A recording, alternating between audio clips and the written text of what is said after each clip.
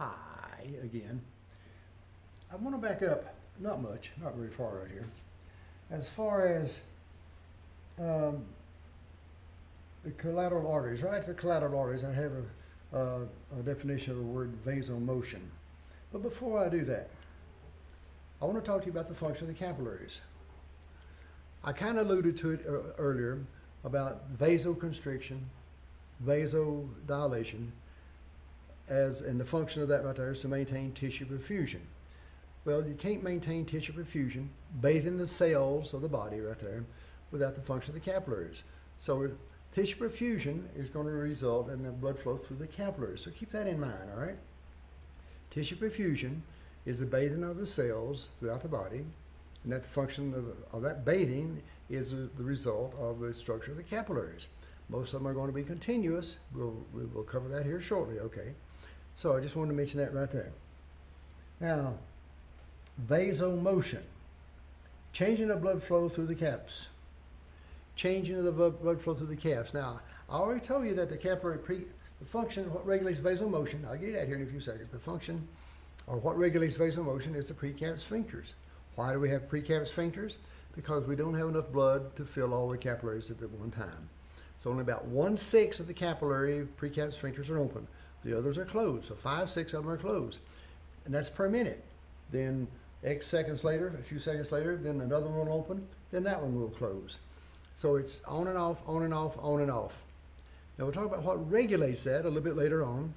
Changing pH, buildup of CO2, hypercapnia in the tissues is going to regulate the function of the precap sphincters, okay? But not right now, not right now. I'll keep this thing in order right here. Since the blood pressure is low in the veins, how is the blood flow maintained? Well, we have a simple diagram right here, and I'll give it to you. I'll tell you exactly what I want you to know. I usually do.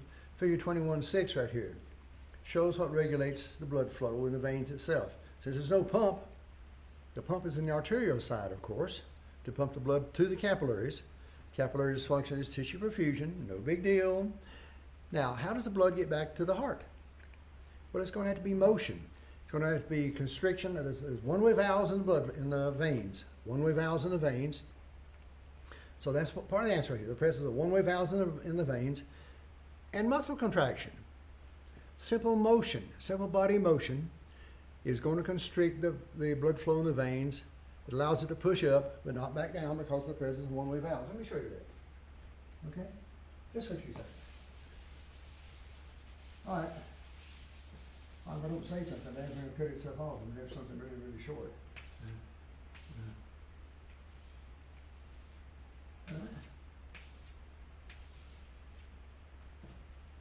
Well, the presence of one-way valves right there. Since there is no pump in the venial side, the constriction, the pressure that due to the constriction of the skeletal muscle, simple walking right there, is going to allow the blood to flow from here to here. When the muscle relaxes, the blood cannot go back because of the presence of one-way valves, okay? Well, I've noticed that I haven't done a whole lot of walking since my surgery. I've done a lot of sitting. God, I've done a lot of sitting. About to wear my damn chair out. I hope to wear it out and then throw the damn thing away is what I hope to do, but not today. My ankles swell up. I've got pitting edema, especially around where my socks go around my ankles. So at night I take them off. For days I used to sleep in what the hell I wore the next day. For 3 days I wouldn't change anything because I couldn't. I was happy to have some clothes on. Of course I stayed at the house. And but I know what edema is, increased interstitial fluid right there, and you know what edema is right there. So I got to walking, and edema has not completely gone away, but it's decreased. I noticed the presence of one-way valves and the muscle contraction right there, which gets rid of the fluid to build up the edema itself right there. So I just thought I'd mention that. Okay, looking at define capacitance. What the author says is the relationship between volume of blood, and blood pressure. Relationship between blood volume and blood pressure. Well, it's the ability of a vessel to store blood. All right, that's what capacitance is. The larger the lumen, the more blood that it can store. Which has more capacitance, an artery or a vein? That's our definition right here. That's what I want our focus to be. Which has more capacity, an artery or a vein? Well, think back to the drawing as far as the size of the artery, the lumen in the artery, and the lumen in the vein. The lumen in the vein is larger. So the lumen of the vein, the capacitance of a vein is larger. More blood can be stored. Matter of fact, about 2/3 of our blood in circulation is in our veins. Only about 1/3 is stored in the arterial side before we can get to the capillaries, okay? Let me back up. I didn't mean to say that quite like that. About 1/3 of our blood is in our arteries, arterioles, and capillaries. About 2/3 of our blood is in our veins itself. Okay, that's interesting because they have a larger capacitance. They store it because they don't have the tunics. They don't have much elastin. They don't have much muscle mass, so they can store more blood. Right? That's important. Okay. How can venoconstriction, not vasoconstriction, aid in hemorrhage? Venoconstriction aid in hemorrhage. Okay, venoconstriction, constriction of the walls in a vein.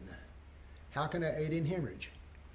Well, it's not so much aid in hemorrhage, but it's going to maintain blood flow back to the heart, which maintains, you can fill that in, which maintains, you already wrote this down right here, venoconstriction regulates something which regulates something else right there.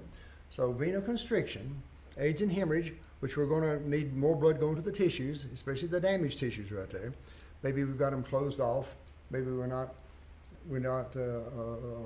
losing blood, sanguination, losing a lot of blood right there, right now. Initially we will be, but after some pressure is applied, some treatment occurs right there, we restrict the blood flow, the blood loss right there. We need blood flow to the tissues, so the veins will constrict right there. What happens to their capacitance when the blood vessels constrict? You figure that one out. Okay, you can do that. Now, describe the relationship between blood flow, pressure changes, and resistance.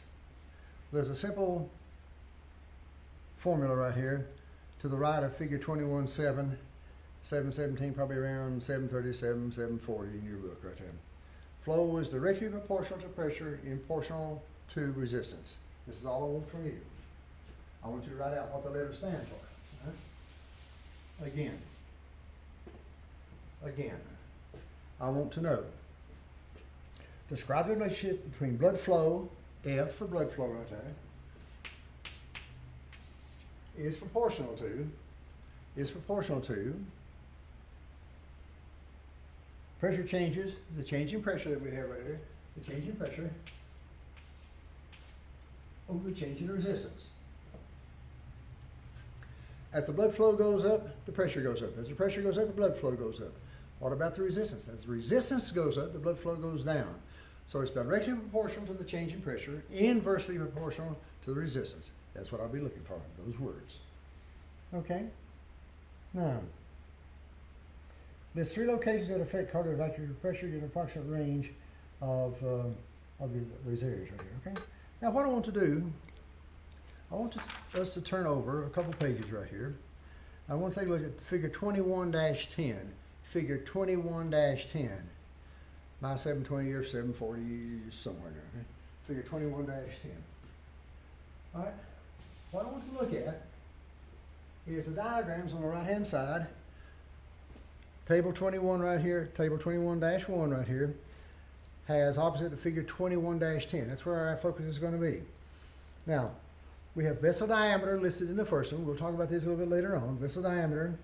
We have total cross-sectional area. That's all right. I'm not worried about that right there. Let's go down to the third one right here. Average blood pressure. Average blood pressure. Now, I got to go back to my drawing at the initial beginning of the lecture here. Got to go back to this right here. Artery, arteriole, capillary, venule, vein. Right? Blood flow in this direction right here. Now, the third diagram down. Average blood pressure, millimeters of mercury right here. Average blood pressure. So the artery right here is about 100. Ours should be around 100 and 120. That's all right. But let's just make it 100 right here. So the average BP in these areas right here is what I want to look at. Average BP. Average BP is about 100. No big deal right there. Now, we're going to go from the arteries to the caps, from the arterial side of the capillary bed, the venous side of the capillary bed, capillaries, veins, and heart. Okay, so we'll have about 100 right here in the arteries. As we get to the capillaries themselves, find the capillaries there in the middle right there, go up to where it hits the curve right here, get a mark over here to the left, which is around 35, somewhere around 35 right here, all right? So average the caps right here is 35, all right? So the blood pressure is going to decrease the further that you get away from the heart right there. The more blood vessels that you have, the blood pressure is going to go down, all right? So from 100 to 35 is in the arterial side. Now from the arterial side of the capillary bed to the venous side of the capillary bed, it's going to drop also. So take a look to the right-hand side between capillaries and venules, go up, come over, and it's going to be around 25 or something like that. We'll make it 25, hell, I don't really care. It's above 20, less than 30. Let's make it 25. Make it 25. So the blood pressure's higher on the arterial side of the capillary bed than the venous side of the capillary bed. And these numbers aren't bad. They're fairly close right here. So 100 down to 35, 35 to 25. And from 25 down to vena cava right there, you can make this thing, it's about 2. When the vena cava is empty into the right atrium right here, it's about 2. Now, that's the answer. These 3 locations affect cardiovascular pressure. Arterial side of the capillary bed, venous side of the capillary bed is the second one right here. A capillary bed to the vena cava right there, and that's my third one right here. Give an approximate pressure range that affects these areas right here. Okay. Now I'm going to quit again. 3 components affect total peripheral resistance. Cliff's going to bring lunch. We'll go over to Dunn's and call it in. And it's Philly cheesesteak day today. So I'll probably just finish this up tomorrow. All right. This is Tuesday,